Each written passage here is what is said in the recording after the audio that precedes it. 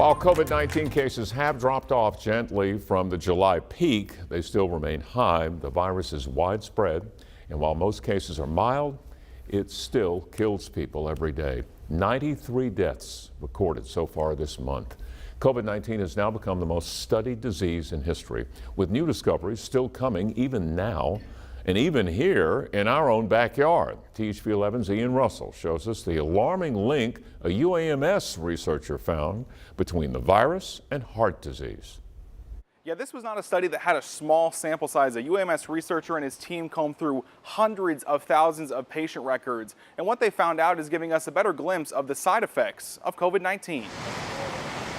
Every researcher dreams of that big discovery. So our study was actually the first nationally representative study that included a nationally representative sample. Few can do it as fast as Dr. Hussam Salah. I finished training in internal medicine residency just this June. The chief resident in the Department of Medicine at UAMS is part of a team focused on one thing, your heart and how COVID-19 affects it.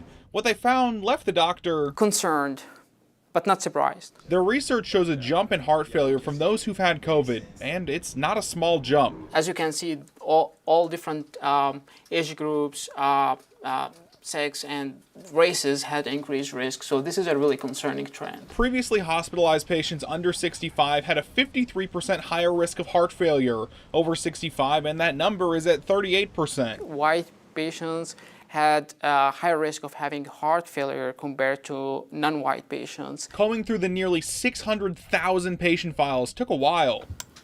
Dr. Salah says the dots were there, they just needed to be connected. And just like how the patient files are growing, so too are the subvariants of COVID. Our group is trying to see how we can actually address that. We could not determine the variants and their individual association with the heart failure. Dr. Salah's work isn't done yet. After discovery comes the need to spread awareness. You have it, and then once you recover from it, you don't think about the long-term complications. And it's a message he hopes won't be ignored. We all know that the vaccine might not prevent the infection completely, but at least it decreases the severity of the infection, and this might decrease the risk of having cardiac complications, including heart failure. In Little Rock, Ian Russell, THV 11 News.